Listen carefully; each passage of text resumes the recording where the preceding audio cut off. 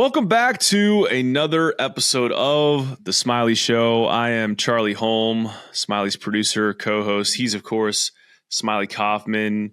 We're fresh off very different weekends, very busy weekends. You were in picturesque Auburn, Alabama, home of your wife's alma mater, with your daughter, Anna Carter, taking in her first Tigers game. How was the weekend on your end, man? Well, she's actually been to 2 Auburn games now. She's been to more football games first home than game, I though, have. Right? Or no, she did go to another home game without you. That's right, yeah. She's been to 2 already. She's out football gamed me this year. So, she's putting together quite the resume. 2 weekends in a row, she has seen Auburn lose. So maybe that plays into future LSU fandom. I don't really care if she goes LSU or not. I would prefer that she went to Auburn, actually, because I think it's a great school. I think she could be able to cheerleader there or golfer or whatever she wants to be. She's just closer to dad. So I think that's got it. I was trying to figure that one out. You want her in the state of Alabama. That makes sense. Okay. Yeah. Closer to dad. It was a great weekend. I think we've kind of been running on fumes last couple weekends, doing 2 football games with her. Just, it was a lot of travel, seeing a lot of fun people, but man, it's just, we are worn out. But great weekend. How was your weekend? How did North Carolina play? Can I use a no comment here? I mean, good Lord, dude. Did I not tell you? I don't know if this was on the podcast recording last week. I told you this was a trap game. And I laughed. You laughed, which is why I need to see if I can find the recording. You laughed, but I don't blame you at all, because this is Carolina football. That was like just injecting Carolina football straight into my veins. Like, it does not get any more pure and uncut than that loss to Virginia, to really 1-5 team that had 1 win against William and Mary. And it was so perfect, too, because my son, it was his first birthday on Friday, the 20th. And so his birthday party's on the 21st, and he got a home and away North Carolina football jersey. And then, of course, they lose in that fashion. And it was just like a great reminder, like, this is what you're dragging your son into. Like, make sure you're okay with this. It was at home, right? It was a home game. It was a home game. Can't even blame it on like a raucous Virginia crowd that showed up Cavaliers in the second half that would happen to all be in their homes or at the bars. And they're like, wait, we have a chance to win this game. Let's go to the game for the second half. It wasn't even that. Like, you can't blame it on anything other than just Carolina football doing Carolina football things. I mean, it doesn't change the fact that I'm going to just retain my eternal optimism for this team and let them hurt me at every juncture that I can allow them to, and also drag my son into that. But that's Carolina football. I'll say, look, wasn't all bad this last weekend, because look at what the boys brought home. The Men's League Championship, baby. The big cup. I think I shot you a little video. We drank a great deal of beer out of this after a thrilling chip-off win, our 3rd chip-off win in 4 playoff matches. And, it's nice to see the good guys win one every once in a while. That's all I'll say about that. How many beers fit in that old cup? You know how, like, when you go to a bar and they have those big metal tumbler type things that they use to like mix drinks or like sometimes I guess you could fill up a beer, not like a pint glass, like bigger than a pint glass. 5, maybe like 5 of those big metal tumblers. Okay. It was a healthy pour. It was probably closer to 8 beers. And we took it all down. But how many guys are on your league team? Like 4? 8-man team. So how did it work with you not being able to play? Because obviously now your championship total is still a 1, but it has an asterisk next to it. But continue. Wait a second. How is it asterisk when I effectively won 2 of our playoff games with chip-offs? That's a good point. But did you play the final? I didn't, but I feel like it was motivational. It was like looking over at any moment I could just rip off the neck brace and Willis Reed my way out there for the chip off. And I think that is what struck fear in my opponent's hearts. No, it's a really fun league. It's an 8-man team, and they're like 30 teams, season-long competition, then 4-stage playoffs, and then in the playoffs you have 2 teams of 2 play. So half your rosters playing. So yes, I sat and it was full like Ryder Cup. Only 4 guys played in the final. Yeah, of the 8, that kind of sucks. Like, I mean, it's not like I mean, I feel like everybody should play. It's not like this is the Ryder Cup. It's a really tough scene. The guy that has to sit to tell his wife, you know what? I just had to sit this one out. Like, just not quite good enough. I don't know. I don't understand the sit component of all that, but pop off. Actually, you're giving me a great idea. Like the final should not be 2-man. It shouldn't be, let's see, a 4-ball, a best ball. It should be like 6 singles matches or 8 singles matches. Like it should be like Ryder Cup Sunday. I just don't understand any league why like anybody would ever have to sit. It's not like it's pros, like everybody should get to play. It's true. I think it's more of a I have to take my kids to soccer practice thing, or like I'm working. It's more of a it's hard to get that many to play. Like it may come as a shock to you and many, but like Hope Valley Thursday Night Men's League isn't like the most important thing in our lives, as much as we would love for it to be. That's a good point. Listen, we treated it like it was on Thursday night. We shut down the patio. Lots of revelry. Good. We have 3,000 boys. Listen, that's quite enough time spent on my Thursday Night Men's League team. As much as I'd love to just do 30 more minutes on that. Let's get over to some real golf that was played in Japan, the Zozo Championship in the middle of the night. I unfortunately did not watch a single shot live, although I'll give props to the PGA Tour app where they're do the recaps every morning, getting up, watching like a video story, like Instagram story style. That is killer. That's like a great way to kind of figure out what happened at top line. Then I could go in and go to the DVR and see and kind of watch shots I wanted to watch. But Collin Morikawa runs away with it on Sunday. He shot a 64 in his first round, then backtracked a lot. Shot a 73 in his second round. I read a stat somewhere that he was even par through his first 40 holes and 14 under through his final 32 holes. So I just, for a guy that he was asked at the beginning of the week about, is there a Ryder Cup hangover? And it was like, no, we're not really trying to take this into this tournament. That was a team deal. This is an individual deal. No signs of it here. I just wonder what your kind of impressions are of a guy who hasn't won since, the 2021 Open Championship, right? And came close at the Century this last year. Seeing him win again, what does that do for him rolling into next year? I mean, it means a lot, right? I mean, I think anytime these guys win in the fall, it means a bunch for these guys' confidence, and especially for a semi-young, he's kind of getting a little older now. He's not that young whippersnapper that we all kind of watched him as he came up as a 21, 22-year-old. He's 26 years old now. So he's a little bit more seasoned, a little more skin to his bones when it comes to just experience and going through what some people call a lull. I need to find this stat. I think it was, who the heck tweeted it? It was something along the lines of him struggling with his golf swing and just not really having control of his golf ball. And the stats showed like over the last 2 years, the best ball strikers, like they named 4 guys and the 4th one was Collin Morikawa. So it's wild. It's all relative, right? It's all perception too. But,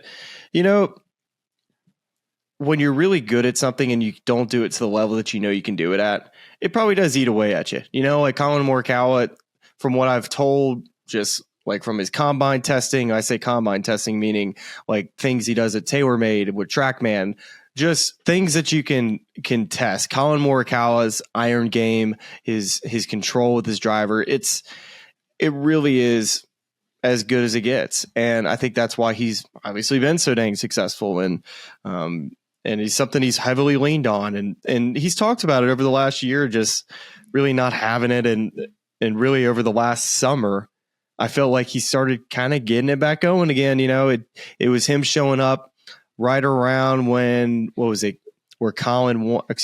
won at the Rocket Mortgage. He was in that playoff. Yeah. Yeah. And he didn't miss a shot in that playoff. He just missed his number by a yard and very easily could have made a birdie. Didn't win, but goes on the rest of the year. It kind of felt like he was going to make a little run there at the Tour Championship, getting off to a really nice hot start. That's right. And he didn't have a very good Saturday and Sunday, but still he was showing signs, especially heading into the Ryder Cup. Didn't really feel like he was one of the picks that was in a question to me. Played pretty well there. Not absurdly good. ran into Victor Hovland on Sunday, who was beating him, right? Yeah, so, right. And nobody, short answer. Yeah, nobody was beating him that week. So Collin, so back to just where he is, 26 years old, won 6 times. What does it mean for him next year? He's already won 2 times, being a 2-time major champion. There's so many guys right now, Charlie, that I look at for next year. Like they're going to win a major, and the list is too long. And that's a good thing for golf, right? For the fact that there's just this massive group of guys where you're like, oh, they're 100% going to win a major next year.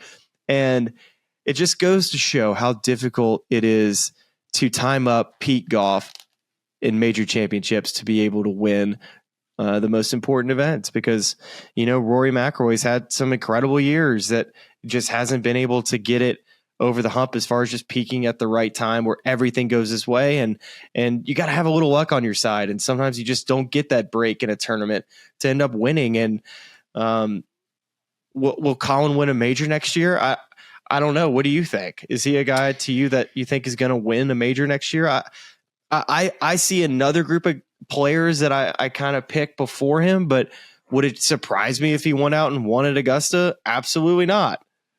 He's absolutely in the would it surprise me no category for me. I mean, I think he's one of these guys too where I feel like it's funny. We have a Victor Hovland episode that we were both super pumped about dropping on Thursday. He was fantastic in this interview and really gets into the nitty gritty of some technical stuff with his short game with you that I thought was super insightful. But we play an excerpt in that interview of a conversation you had on a Golf Digest pod where you were talking about the best players in the world, and like if they can just get that one thing that's their Achilles heel clicking, they theoretically should be close to unbeatable. And for Scotty, it's his putter, and for Victor, it was his short game. And Collin, I feel like if you had to pinpoint that thing, maybe it'll be putting for the most part because he's such an amazing chipping. Ball striker and chipping to a certain degree as well. Yeah, and I mean chipping we obviously famously saw on display at the Century, at the beginning of 2023. But it was funny in looking at this, and I'm not sure as a TaylorMade guy, I know they have some affiliation with Gears, and we just had on Michael Neff. And by the way, if you're a swing nerd and you want to kind of break down the minutia of the swing and nerd out on that a little bit, go check that out at our YouTube page right now, because that was such a cool conversation you had. But I am so curious if this is a guy that he ever got data on, because looking back at that 2022 year, that was definitely, he would have told you it's an off year, and going from a guy that had this super reliable cut, and then he felt like he was kind of losing that, hitting it straight, maybe even hitting it right to left at times. Like, what I'm sure you encountered this at certain points of your career where like the ball's just not flying the way you want it to. What does it feel like on the course when you don't know exactly which way it's going to go, and it might be a miss in the other way? And how great does it feel when you finally get that thing back clicking the way you want it to? Oh, it's, confidence comes so quickly. And for a guy like Collin Morikawa, who is a fader of the golf ball, bows his left wrist crazy amounts, meaning if I try to get as bowed at the top of the golf swing as Collin Morikawa and show it in a down the line form and put it side by side, and I try to do as much as I could, I still couldn't do it as much as Collin Morikawa can. And a lot of times guys that can really bow their left wrist, maybe outside of like Dustin Johnson, they typically have really weak left-hand grips. So here's a couple guys. So Collin's one. Like Jordan Spieth is he's a bowed player. It's a weaker left-hand grip. Brooks Koepka is a little bit more neutral, but those are 2 guys that come to mind. But it's easier when you're gripping the club a little bit more on the weaker side to bow it harder. Now, what do you have to hit a fade? Well, a strong face and a bowed wrist is a start, but you have to have a ton of rotation. And for a guy that is starting to see the ball come out left and having a little bit of right to left to it, you kind of wonder, and this is back to that conversation we had with Michael Neff, you wonder, is the lie angle a little off? Because typically that could, if it's a little bit too upright, that could shoot it a little bit to the left.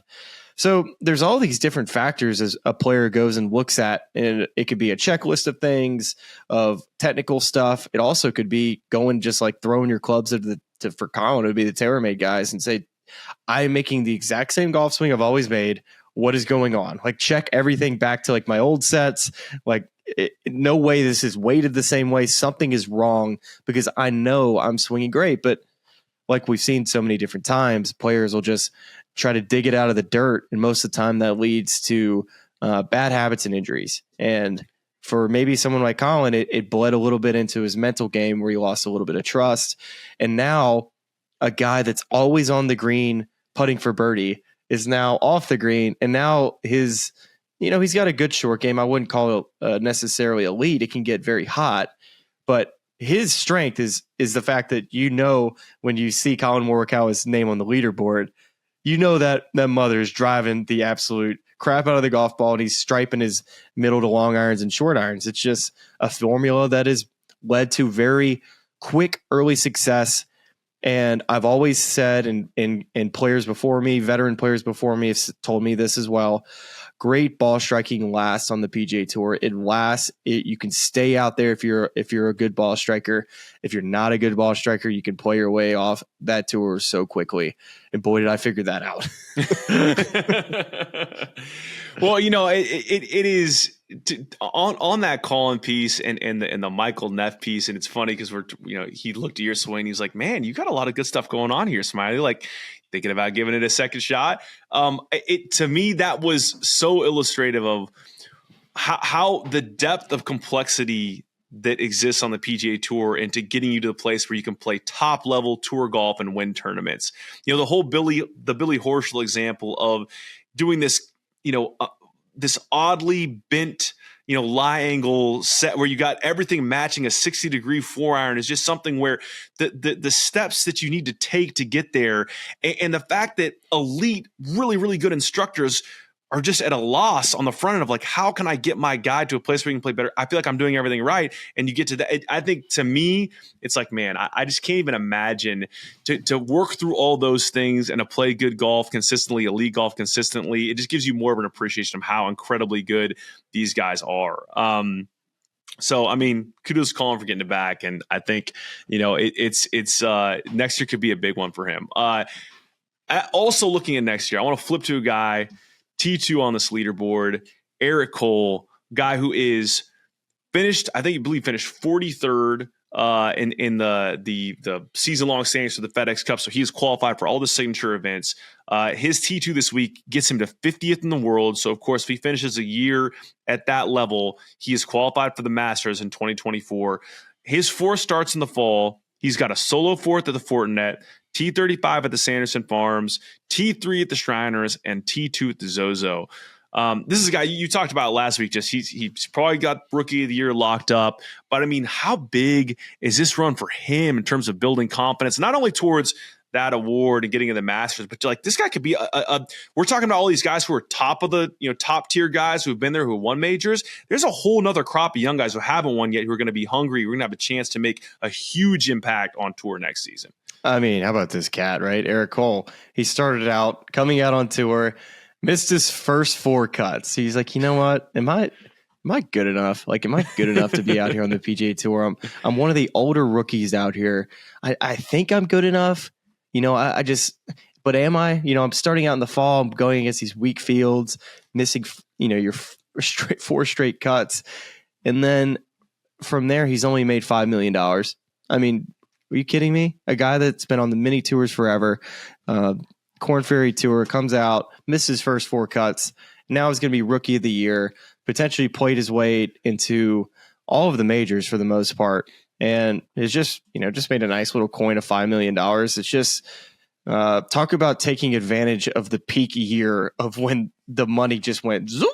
Yeah, right. Seriously, right. I wish that would have been me, because that I don't know if I played quite as well as Eric did my rookie year, but I would have taken that that little bump of it's the frustrating part about there was a 1 on your card, so I mean that would have helped for sure. Yeah, I know. But listen, it's pretty remarkable, man. Like, just this run he's on. I mean, three top 4s in his last 4 starts. I mean, come on, dude. This guy is he's played some incredible golf. It looks like he played the US Open this year. So he has played in one major. Excuse me. He finished 15th at the PGA. So he's played in a couple now. But hey, this is a Zach Johnson type of player. Really smart. Keeps in front of him. No weaknesses in his game. And he reminds me a lot of Zach. Maybe, I don't know if it's just their demeanor, just kind of how they play. Makes a lot of birdies. Very cerebral in how they play. He's a player that, like Sneaky could win a major just with, right week, right conditions. He's totally a player that could, find himself near the top of the leaderboard in a major championship. It wouldn't surprise me at all. Yeah. Or how about 3 events left here in the fall. I assume he's going to play. He's going to continue to play, right, just to ensure that top 50 status for the Masters. I think we could see a win in one of these next 3 events, just the way where his game is at right now. And I mean, I know nothing about. I shouldn't say I know nothing about. I know very little about El Cardinal at Diamante, where they're going to play the Worldwide Technology Championship. Obviously, know a little bit about Port Royal Golf Course, where they play the Butterfield Bermuda every year, and then of course Sea Island at the RSM. But I mean, he came pretty close in that sort of Florida tropical climate at the Honda Classic this last year. And so maybe one of these courses suit his game and playing in a semi-equivalent. Okay, you have an objection? I could be wrong here. No. I'm just sitting here looking at this. I don't know if he took a week off this year. Oh, other than where? Wow. He played 36 times. Wow. Well, let's just go back week by week here, because he played. I'm just looking at this hold on. Accepting where the schedule, like where there were forced weeks off, right? Like he didn't make it to the Tour Championship, right? He played the BW Championship, and there was a time off between the Fortinet. But accepting that, I don't think he took a week off that he wasn't in. Right, didn't play the Open Championship. But yeah, 3M to win. Like they came back from the Open. He played, the guy likes to play golf. Tell me what event he didn't play. And I'm just this is bad radio. I'm scrolling back right now. Yeah, he of course missed the Masters. Was not in the Masters. Oh, he didn't play Hilton Head. Did he not get in? But that was I forget how they did the field for that this year. He might not have gotten into that because that was still early on, right? After the maybe just caught a little stomach bug. Probably just caught a little stomach bug because he was there. I'm sure he was there. We're going to attribute that to stomach bug. Yeah, I mean, this is a guy that and so it's and that too. I mean, I feel like after the Honda Classic, you make it to a playoff. You're on the cusp of your first PGA Tour win. This guy needs to go have a beer and yes, please. He needs to go have a beer and go to a resort with his family and enjoy the year that he's had, because guess what? It's going to be the same old thing next year as far as how many events they have. So go get some rest. But isn't it impressive that he kind of has that dip in form, misses a few cuts, kind of has some, middle to high finishes, but then finds a way to kind of maybe it was a little bit of recharge time between just playing the Tour Championship and after the Fortinet, and all of a sudden he's back and ready to go. And that's all a guy like him needs. You give him 2 out of 3 weeks off, and it's like he's good as new. Sung J.M. and Eric Cole shaking hands. The Iron Men. Yeah, those are the Iron Byrons. How about T6, our boy Minwoo Lee? I kicked it over to our crack stats department, which is of course me, and to try to kind of figure out which category he's going to end up in. So he is 5th on the DP World Tour Race to Dubai, which effectively means he's 3rd because Rory and Rahm are already in, and the top 10 there get tour cards, but I don't think that the status they get is better than finishing top 125. So we were looking at his special temporary member status and the points he had going into the fall, which I believe he had around he was mid 90s or something like that. And so he wasn't really playing any fall events except for the Zozo. And so we were kind of trying to figure out, is he going to have enough to make it top 125? Well, T6 helps. T6 goes a long way at the Zozo. And so he's now, and this is the one I can't figure out. So with WGC points included, he would fall 94th on the list. And without WGC points, he would fall 100th. And I forget what the distinction there is for special temporary members. It's yet another inane rulebook fact that has not fully computed in my head. But either way, 3 events left. Do we feel like he's safe there for top 125? Oh, yeah. He's chilling. Yeah. He's going to be good? Dude, Okay, guess his driving distance stats this week. I haven't looked. He led the field 347 yards. And, are you serious? And he was 10th in accuracy. So the ball was obviously bouncing pretty good. Good Lord. Longest drive, 372 yards. And that was T21 in the field. Good Lord. This according to Data Golf, so 347.1 is what it says, and he finished 10th as far as accuracy. So like this guy, and you watch it. And play, his sister man. won. His sister won this weekend. Yeah, great weekend for the Leaf fam. That's amazing. Well, I tell you what, Min Woo's, we didn't really get the chance to like dive into his golf swing, and I tell you what, there's a serious power move going on right now when it comes to laid off and wide is kind of like the look that I'm seeing. And if you look at, I saw this on Twitter as well. I can't remember who it is. I need to start taking shots of this so I can start crediting whoever tweets this stuff out. Like you do a better job than I do. But it was a side by side of Gordon Sargent and Min Woo, and both of their action look at the top just looked exactly the same. And both of those two guys are just insane as far as how hard they can hit it. But if you put me up there at the top, like arms really wide, short, and then laid off, dude, I'm hitting that heel, or I'm hitting it so far to the right. It just how these guys square it up and hit it hard. It's impressive. Yeah, how about Gordon? I mean, I know we knew this was going to happen, but it officially happened. Playing in the World Amateur, I believe the event was, and already locking up his tour card for next year. He just literally need to put a tee in the ground. It's like, congrats, you're on the PGA Tour. That just blows my mind. I cannot wait to see him on tour, and I can't wait for the prospect of that crew, the Nick Dunlap crew.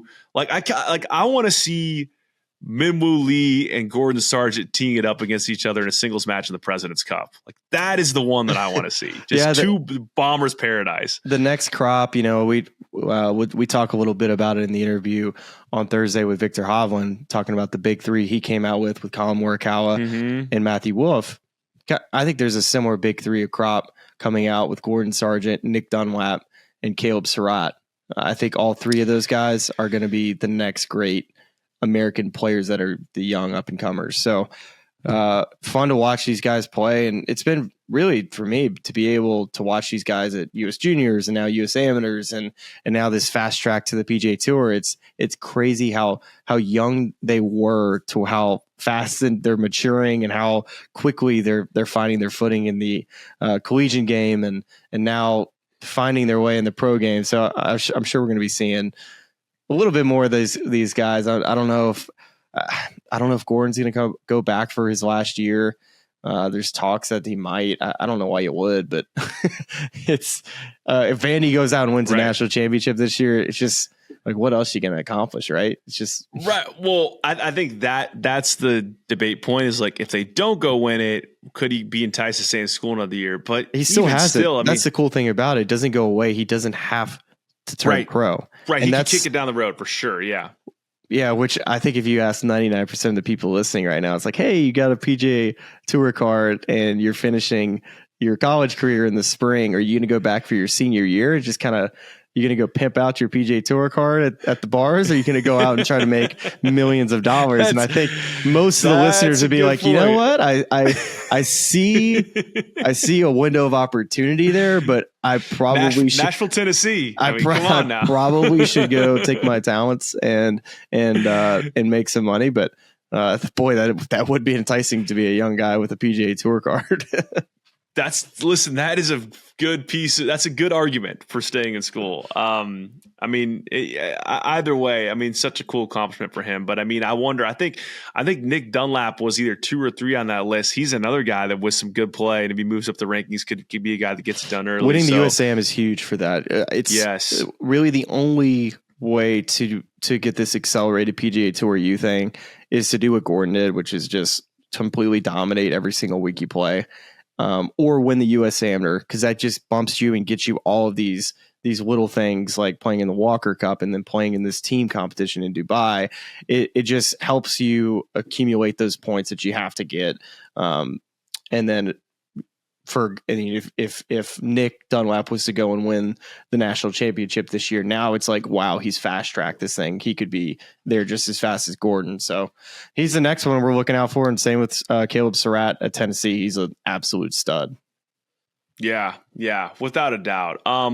This is obviously we're off season here, so the number of things to kind of go through is light, but a couple more things I just want to kind of ping you on before we wrap up this week and prep for that Victor Hovland episode that we have dropping on Thursday, which is going to be a can't miss conversation. First is LIV Team Championship this week in Doral. How did my cliques do? Your cliques, I think the cliques won on in the quarters, but did not win their semifinals match. Yeah, it was a big emotional win for the cliques. Let's go. I flipped it on just to kind of see how I think the Crushers were doing coming down the stretch in the lead, narrow lead over the Range Goats.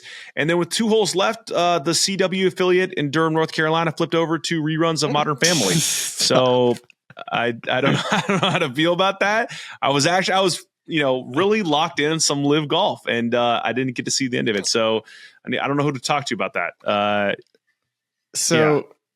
My feeling about LIV Golf right now, let's just kind of remove the PGA Tour LIV Golf merger. Let's just talk about LIV Golf as a tour. And it seems like the message to the players last week was like, guess what? The PGA Tour is playing in Japan.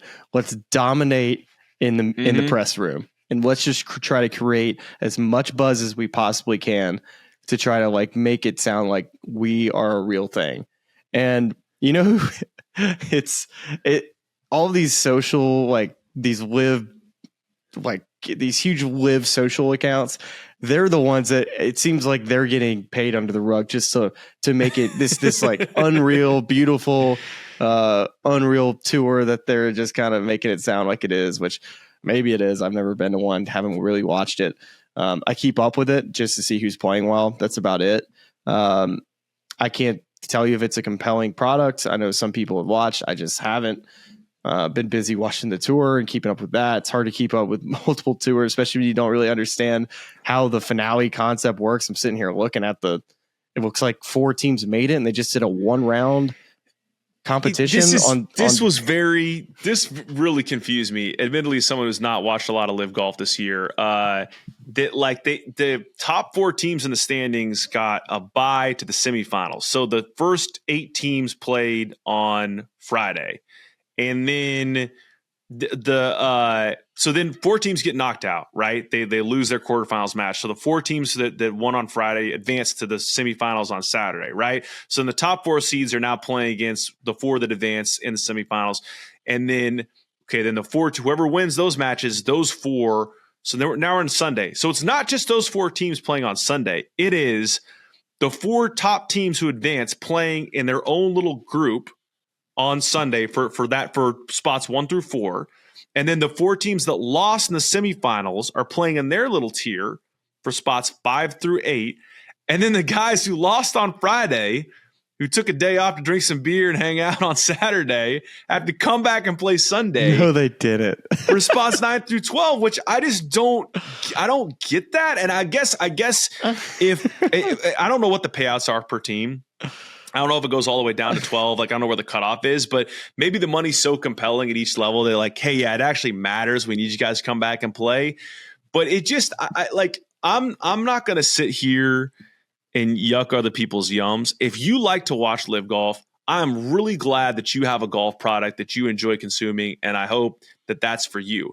For me, I don't know. I can't explain. I could give you a list of reasons of things I don't like, but it's just not my cup of tea.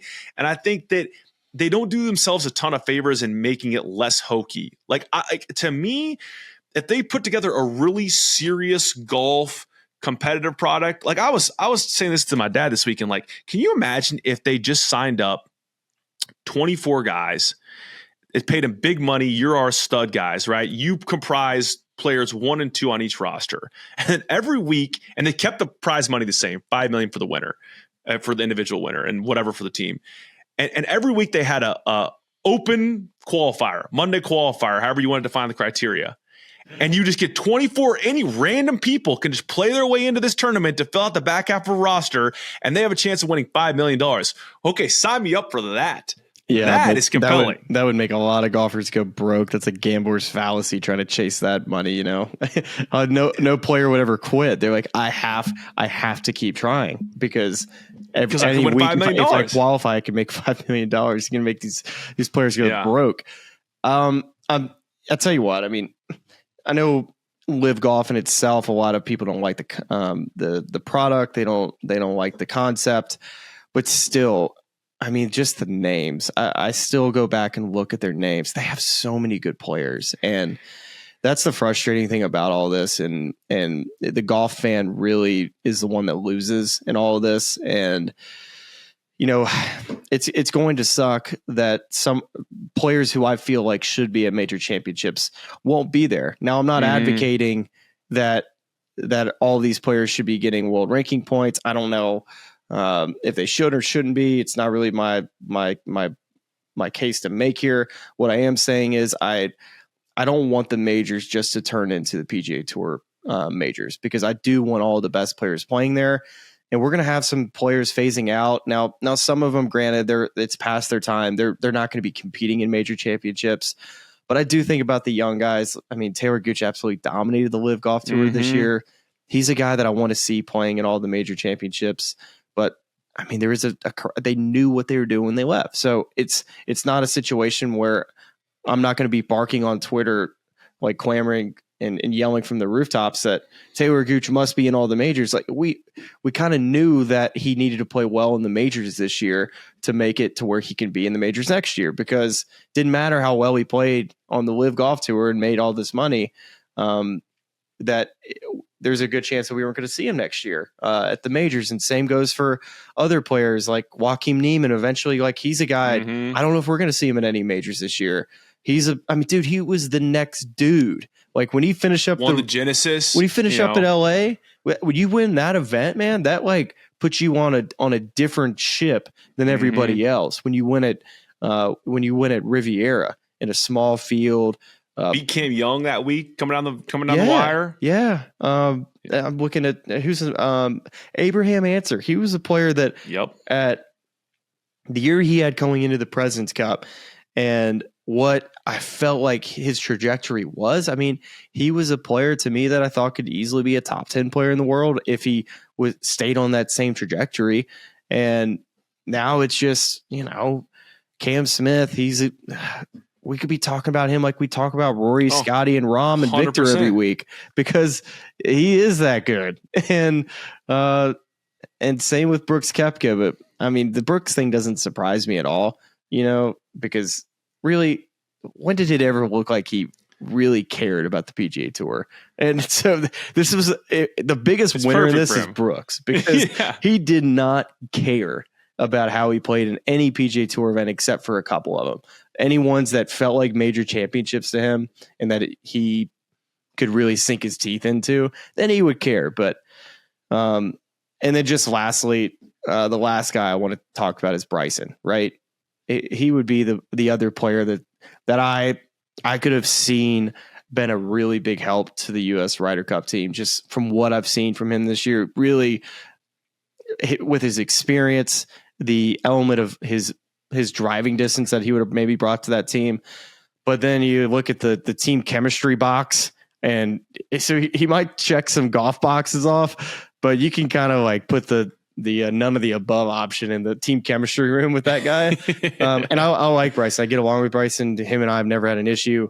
But I do know that there is some, I don't think the guys were signing up to necessarily have Bryson on the team, but which is, hey, they can probably look at that decision now and think, you know what, maybe we could have used Bryson on the team. Who cares if we don't get along with him, or if we don't like how he thinks, or this or that. But I think it absolutely, and actually, I want to read you a quote here from earlier in the week from Phil Mickelson that a lot of people picked up on, and get, kind of have a further discussion about that whole players, guys there, what it could look like in the future.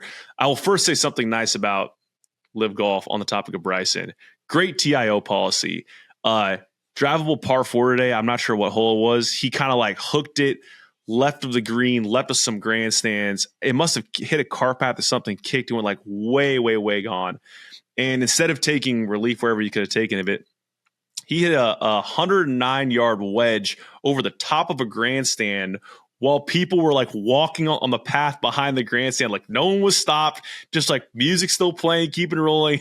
Hits this wedge to like 15 feet and makes a birdie putt. And I was like, that was kind of electric. I enjoyed that. So kudos to you, LIV, for your TIO policy, and Bryson, of course, big win for him and his team today. But so Phil, earlier in the week, of course, and this is probably the biggest headline grabber we heard was he was asked, do we think that the LIV's roster is going to improve next year? And he said, do I think that? No, I know that's going to happen. When players look at LIV, they're wanting to be part of it. Everybody here is happy and enjoying what we're doing and enjoying the team aspect of it and enjoying each other and the camaraderie and enjoying playing golf globally and all the benefits that come with playing this tour. There's a lot of players that see that and want to be a part of it. The question is, how many spots are available? There's a lot more players that want to come than there are spots.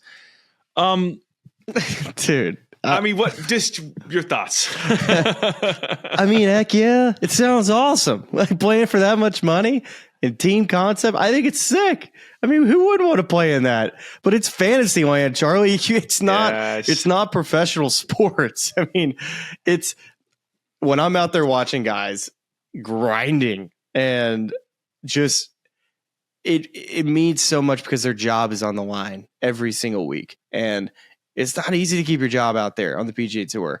And it's become a little easier now that all these guys left. But I will say, I mean, most of the players that I watch, they're somewhere between miserable and happy. And and so, yeah, he probably makes a dang good point. Playing golf professionally with knowing that you're exempt for 3 years or 4 years and you can say, hey, I'm going to make all this money and I don't have to worry about losing my card. I know what events I show up to. Dude, yeah, because a bad week, these players are like, you know what, whatever. We're going to figure it out the next time. It's not that big of a deal. So, yeah, I could see why players would be interested in it. Now, the PGA Tour hasn't made it easy for these players because now they could easily go. Whether they will or not, I don't know. I think the TGL, I think you made a good point on that. Yeah, I mean, I think to me, the three big factors here are OWGR points is one. Two is the money versus the legacy discussion. Well, what's important to each player. And the third one is the TGL and the rebuttal that offers to LIV. And so to start with the OWGR points, it's and I think they're all obviously connected, but LIV getting rejected on that front, and yep, they could reformat their structure. They could try to play within the ecosystem a little better to get those points. But the absence of those points, obviously, is a limiting factor to those guys playing in majors. And so then that takes you to sort of the money versus legacy discussion, where it's like, what's most important to you in the game of golf? And I think a lot of guys, of course, the money is nice, but you just rattled off a bunch of names of guys that. Brooks Koepka is an example of a guy that placed a bet on himself and going over there. He had some exemptions that still ran out. He goes out, he wins a major, and the bet paid off. He gets the money and he gets to keep playing in majors. Now, some of those other guys, especially the younger guys who didn't have Matthew Wolff, he's another guy. Matthew Wolff, Taylor Gooch, maybe Joaquin Niemann, Abe Answer, some of these guys, like at a certain point, Mito Pereira, these guys, go back and look at Mito Pereira, like how crushing that loss was at Southern Hills. Because if he wins that, it changes the math for him entirely. Especially if he was already planning to go, it's like now we're good. We're in the majors now. You miss out on that win, and now you're no worse spot. You got to play your way in. And you don't have OWGR points to help you do that. So I think that the money is fantastic, but the only, a compelling argument I'd say. To show you the guys still care is the rumored, reports that Sergio Garcia was willing to pay, $700,000 in DP World Tour fines just to get on that European Ryder Cup team, because that's how much it mattered to him. And maybe that's a European thing, but you got to think that for those guys, they grow up, they want to play professional golf. Those majors, playing the Masters, stuff like that, that's on their bucket list. If they can't do that, sure, however many 30 million, 50 million, $100 million is nice, but it's still going to keep you up at night, I should think. I think the last piece, the TGL piece, is an interesting one because, it's clear what the tour is trying to do on a number of different levels. It's, hey, here's this existential threat of an opposing tour that's throwing a ton of cash at these guys. And our players, as a result of that, want to get compensated for what they feel their value is. They want to make more money. So how can we get that to them in a variety of different ways? So signature events, elevated purses, those sorts of things, that helps, right? But what's an easy way just to funnel our top guys that maybe are at most risk of going to a venture like LIV? How can we do that? I mean, that's kind of what TGL looks like to me. And we don't know, there's nothing solid that I can find reported on what the salaries of these guys are going to be for playing on TGL. But you got to wonder, like, is there equity involved for some of these guys? And you're looking at the names, the most recent reports, of course, Patrick Cantlay, he was a guy, there was LIV rumors around. Wyndham Clark, Kevin Kisner. Kiz is a guy that hasn't played well recently. Maybe he's a guy who could consider going over because he's a big personality. Minwoo Lee, Lucas Glover. Of course, that adds to Tiger, Rory, John Rahm. There were some rumors there. Collin Morikawa, JT, Matt Fitzpatrick, Keegan Bradley, Shane Lowry, Justin Rose, Adam Scott, Xander Schauffele, Max Homa, Cam Young, Tyrrell Hatton, Tommy Fleetwood, Ricky Fowler, Tom Kim, Sahith Theegala, and Billy Horschel. I mean, if you're taking those guys off the table for LIV because they're going to do this TGL thing, how many big names are left that Phil could be talking about that could really go? I just don't know. I don't see it. That was a really good point that you brought up on that, because I would say that the PGA Tour, they own, or they have these golfers' rights as far as when they could play. So if they want to go play in another event, they have to get a release. And so for this tour, the PGA Tour, I would imagine, has some form of equity in this tour. So they have some type of money making interest in this. So what would they do? It's like, all right, let's make sure we get all of the guys we want to get on a TV screen in this. So I imagine that Jay Monahan, if not Jay Monahan, somebody else that's high up on the PGA Tour said, let's get our best group of dudes who represents the PGA Tour the best, whether it's players that have been on Netflix, players that have played well throughout the PGA Tour season, good personalities. Okay, let's get that group. And to your point on whether it's a salary or equity, I think it's a combo of both. I think some players probably have higher equity than others. Mm-hmm. But to your kind of point on the money factor and all this, if it takes off, it's another form of income for these guys, to where it's like, hey, we know you're traveling to Jupiter for this. This is another shoot. I mean, that's the one thing too. I don't know if it's going to last, because I don't know if these players are going to like traveling to Jupiter this every often. Week. And I don't know if it's every week, because or maybe, yeah, to me, it's the way I understand it. Not every team plays every week, and not every player plays every week. So maybe you travel once a month there, but to me, it's kind of like Hope Valley Men's League, a little bit like that. They need Tiger on the dang TV, right? Like yes, that to me, like, they got to have him on the TV. So if he's only playing once a month, I mean, is that good television, or are they just going to watch the week that Tiger plays? So there's a lot to learn about that. I don't want to get too crazy into it, but yes, that is something that we need to keep an eye on, is TGL and its relationship with the players, and for those players, if it's too much work, or they say, you know what, it's a little easier on the other side of LIV, where the barrier, the moral barrier has been broken. I'm going to go, play when I know I'm going to play. Not have to worry about my card and make a lot of money.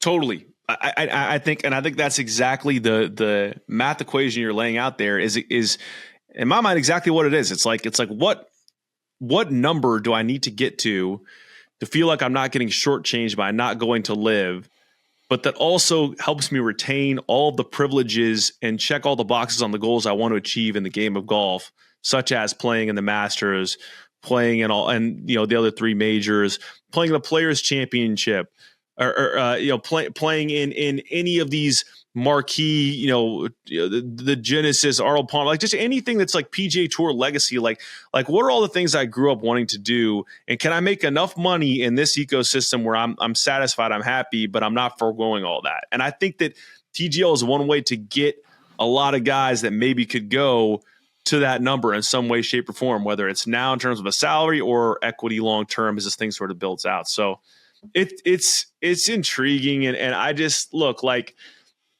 I think if you're Phil, I don't blame him for being brash about, live and optimistic about, the future, because you kind of have to be, right? Well, I don't think there's any doubt there's interest from guys. Now, is it who are the guys? I think a lot of players have interest. Now, whether they'll actually go, that's a different story. I think a lot of these players want to know what their number is, what's my value, because really the value of a PGA Tour player is it's inflated. It really is. Inflated. It is inflated, and the PGA Tour is trying to play catch up to an inflated value, and that's why the PIF became a thing, and probably why they should have taken an initial meeting when you have a competitor that's going to beat you in the money market. So, oh man, brings back memories talking about the PIF and what all that means. But I'm sure we're going to keep talking about it, right?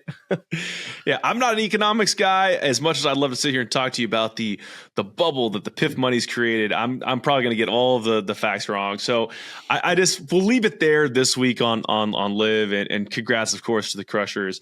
Last one I want to kind of hit you with. I thought this was interesting. I saw this AP story this past week by Doug Ferguson, and it was just kind of they talked to Jim Furyk and Davis Love III about the state of the captaincy for both the Ryder Cup and the President's Cup team going forward. And of course, there was like a lot of criticism, of this specific set of captains because of the whole boys club thing, right? Like they're just picking guys that they're friends with, that are in that sort of ecosystem, and they're not picking on merit. And so this is a quote from Davis Love III, which I thought was super interesting. He's twice been a Ryder Cup captain. He's once been a President's Cup captain. He's been an assistant 7 times. He said they need to get rid of guys like Davis Love and probably Fred Couples and move on. I'm lobbying for it. I told a few people over at the Ryder Cup, I said, man, this is my last time. And they were like, no. And I'm like, yeah, it's time. I told that to Tiger in 2019. I said, I'm done. He said, yeah, you're right. Who do you think we ought to get? Young guys. And then Stricker brought me right back in the next year. So I think it's an interesting one. In the same story, Furyk talks about how it was good to bring in Stuart Sink and how he wants Stuart Sink involved going forward. Of course, the same story notes that, Davis Love had Webb Simpson as an assistant to 22 President's Cup. Quail Hollow is his home course. Furyk had Matt Kuchar join that sort of contingent of assistant captains in Paris. So I just, what are your impressions on, you said, hey, love to see Tiger as a captain at Bethpage. Like, what are your impressions going forward on who the new shape of this captaincy, who those guys could look like, who might they be, and what impact that could have on an identity of a team going forward that feels like some years is great, other years not so good? Yeah, I definitely think, listen, I'm a huge Davis Love and Freddie Couples fan. And I think they've done amazing things at President's Cup and Ryder Cups. But I do think both of those guys probably would agree. It's like, you know what? It is probably time I set those shoes of guys for somebody else, because, yeah, it is a lot of work. And when you look at how much work that European team put in this year and how much younger they got, having Cole Sarts on the deal, Francisco Molinari, Eduardo Molinari, Luke Donald, that's a younger group of dudes that can really relate to a guy like Olivier Aubert. That's not somebody that, does an older guy really relate to a 22-year-old in this day and age? I don't know. Maybe not. But who would be that next group of guys? And I really am high on Stuart Sink. I think he looked awesome out there at the Ryder Cup this year. To me, he's a very intelligent player, someone that's a very hard worker. And I think Zach Johnson got a very bad rap. Whether he'll ever be a captain again, I don't know. But I definitely think he is somebody that is very smart. He's been in all these team rooms. He's a guy that I think should continue to be an assistant captain because he cares about it. And probably a lot of people are like, wait, really? You want Zach to be a part of another one? Yes, I do. I think Zach is very good for the team room. And now, whether he should be a captain at the next one, probably not. But but Tiger, to your point, yes. I mean, we were just kind of robbed of a Phil captaincy, right? Like Phil would have been an amazing captain. Totally. I think the guys would have loved to play for Phil. But Who else? You know, you mentioned somebody like Matt Kuchar. Kevin Kisner would be hysterical captain. Kids would be so good. Well, the thing I wonder, and it's interesting in this same story, is like Furyk talks about, they kind of asked him, hey, are you going to try to borrow from, the Europeans? And he's like, look, I haven't really paid attention to it, and I'm not really sure I care. They have their own system, and it's worked. And in one context, I think that's like, you can't just say, hey, this thing works for them and we're just going to copy it exactly and that's going to work for us. Like two very different profiles of player pools and cultural differences and all sorts of stuff like that. But I do think there's something to like trying to find a profile for each of your assistants where, like Eduardo Molinari's role as a stats guy. I'm not saying you go out and find an American stats guy, but like, is there a way that we can find guys that are like, this guy's going to be our rah-rah guy, and this guy's going to take care of these 3-4 players who really need some extra attention. This guy is going to help us strategize for pairings, and this guy really knows the course well. And I don't, rather than just saying, hey, this is a collective group of guys that have a ton of experience and have played in a lot of these things and have kind of captained these things together. So like, let's just trot them out again and see if it works better this time. I mean, that doesn't feel like a real concerted strategy. You know what I mean? Yeah, and I think the Americans kind of get a little stuck in, do we go after veteran Ryder Cup, and whether it's playing or being a captain at these Ryder Cups or President's Cups, versus what about somebody who's just been on the PGA Tour a very long time, knows all of these players? Maybe they played in one President's Cup, maybe they played in one Ryder Cup, maybe they didn't play in either. And maybe that doesn't matter that they haven't played in anything, but they know these players and they played professional golf with all of these guys. I'm talking about someone like a Gary Woodland, a Charlie Hoffman. These are two players to me that know everybody. They're very smart. They've been on boards of the PGA Tour. Now, have they been Ryder Cup stalwarts or President's Cup stalwarts? No, they haven't. But they have made a ton of money on the PGA Tour. Mm-hmm.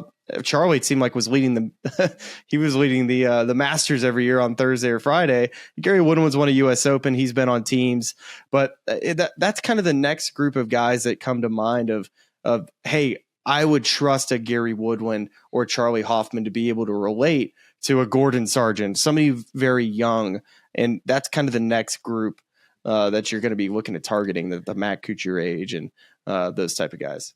I love that. I think that's a good shout because I think that, I mean, look at any other sport. It's like you don't have to have some elite playing experience to make for a good manager. Right. I know that this is not equivalent to being a manager, but it's a leadership role. And it's, and there's a guy there who actually maybe is going to put more of his time and energy into getting this right because it's a chance for him to have a legacy in one of these competitions that he didn't get to play in.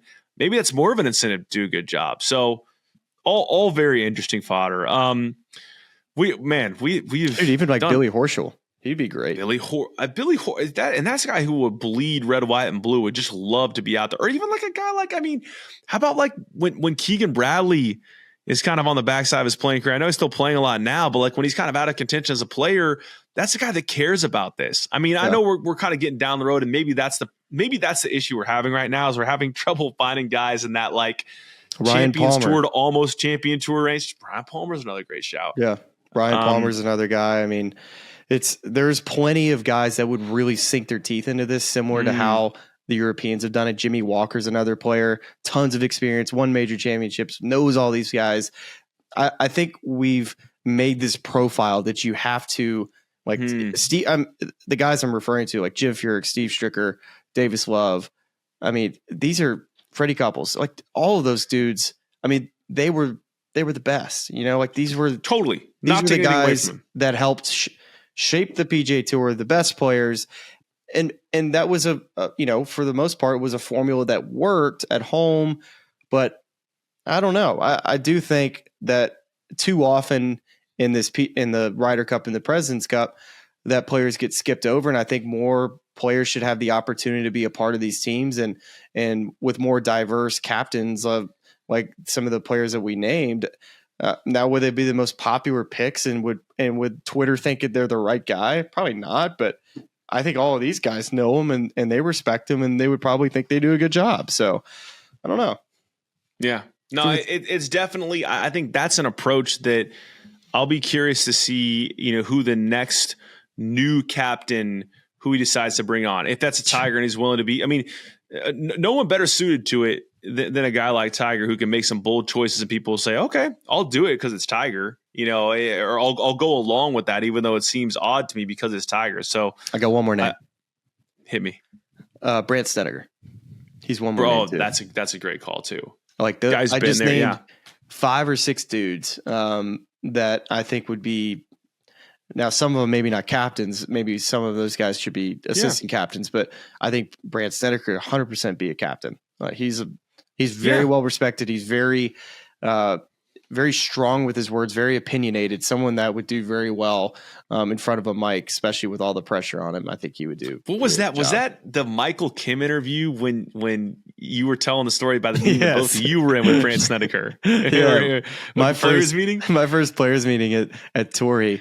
He got up and I'm just like, cool. I'm in this room with all these PGA Tour players. I'm a rookie. I've already won. So I'm like, kind of like listening. So, hey, what's the word? What's going on? And I remember Sneds, he got up and he talked about how the USGA is basically robbing us blind, paying us only $10 million bucks or something. And he kind of suggested that we should all, veto the USGA, the US Open. So we actually get paid what we deserve, which is, wow. He was suggesting that we should make at least double, if not triple or quadruple, based off what the US Open tennis is doing. And he made a good point, but still in my head, I'm like, I'll tell you what, $10 million playing for that as a rookie. I was like, I don't know about all that, pro. It sounds like if you guys don't play, I got a better chance. But he wasn't shy about standing up and speaking his feelings. So shout out to Sneds for that. He's a great dude. Yeah, I mean, and I think, the great thing about what you're proposing is get a bunch of those guys on as assistants with a strong captain and see which one of those guys steps up and has a leadership role. And then that's the guy who's captain material in the future. And that's probably how you bring in a new crop of guys that can lead the team. But I like it. I like it a lot, dude. Yeah. Let's hope let's get some traction on the interwebs, places of that nature. We've got a full half hour over how long we said we were going to record tonight for an off-season pod. So kudos to us. And man, I cannot wait for Thursday and the Victor Hovland episode. What do you like? Give us like a quick teaser, thing the audience should be looking forward to the most based on the conversation, how it went. Well, I mean, when you and I script out what we want to ask guys for interviews, this one was just super easy. Meaning, the script just wrote itself. It was so obvious what we should ask him and what to talk about, and it was more interactive, so you're gonna be able to listen to it and follow along, but you also can watch this interview and some of the things that we talk about you're going to be able to watch on YouTube. And I think just the added component of him being able to see certain things and us to be able to discuss that, I think just added a little different element to the interview that I think made it awesome. But yeah, it was great talking about death metal. It was interesting, but dude, I mean, Vic's the man. It was a really fun interview. The man should be a good listen, and yes, absolutely go check out the YouTube page for the immersive experience there. It's at the Smylie Show, like all of our social handles. So check that out and subscribe. But that's all we got for this week, Smylie. And we appreciate y'all listening, and we'll see you back here on Thursday with Victor Hovland.